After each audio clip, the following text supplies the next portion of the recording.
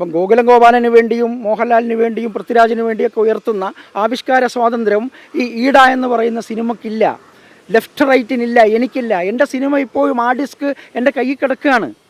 പക്ഷേ ഞങ്ങളിപ്പോൾ OTT ഒരു റിലീസിനുള്ള ശ്രമം നടത്തുകയാണ്. എൻ്റെ ആവിഷ്കാര സ്വാതന്ത്ര്യമല്ലേ. ഇവർ ഗൗരി ലങ്കേഷിനെ കുറിച്ച് പറയുന്നു, പൻസാരയെക്കുറിച്ച് പറയുന്നു, പെരുമാൾ മുരുകനെക്കുറിച്ച് പറയുന്നു. 24 മണിക്കൂറും CPMൻ്റെ ബുദ്ധിജീവികളും സൈബർ ഇടങ്ങളിലും ആവിഷ്കാര സ്വാതന്ത്ര്യം പറയുന്നത്. കഴിഞ്ഞ ഏതോ വർഷങ്ങൾക്ക് മുമ്പാണ് നമ്മുടെ മലയാളത്തിൻ്റെ പ്രിയപ്പെട്ട എഴുത്തുകാരൻ സക്കറിയ പയ്യന്നൂരിൽ പ്രസംഗിച്ച് വരുമ്പോൾ DYFൻ്റെ പ്രവർത്തകർ കയ്യേറ്റം ചെയ്തു ആ മഹാനായ സാഹിത്യകാരനെ. അപ്പോൾ ഇത് ആവിഷ്കാര സ്വാതന്ത്ര്യം അല്ലേ? ഇത് CPMന് മാത്രം ഒരു ആവിഷ്കാര സ്വാതന്ത്ര്യം, CPMൻ്റെ സിനിമയ്ക്ക് മാത്രം ആവിഷ്കാര സ്വാതന്ത്ര്യം, മറ്റുള്ളവരുടെ സിനിമയ്ക്ക് ആവിഷ്കാര സ്വാതന്ത്ര്യം ഇല്ല. എമ്പുരാൻ ആവിഷ്കാരം വേണം, TP51 ആവിഷ്കാരം വേണ്ട, ലെഫ്റ്റ് റൈറ്റ് അവിടെ കിടന്നോട്ടെ. ഇതും പണം മുടക്കി എടുത്ത സിനിമയാണ്, കലാകാരന്മാരെടുത്ത സിനിമയാണ്.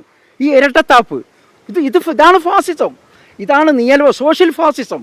ഈ സോഷ്യൽ ഫാസിസമാണ് CPM കേരളത്തിൽ നടപ്പിലായിക്കൊണ്ടിരിക്കുന്നത്. അതുകൊണ്ട് ഇരട്ടത്താപ്പാണ്.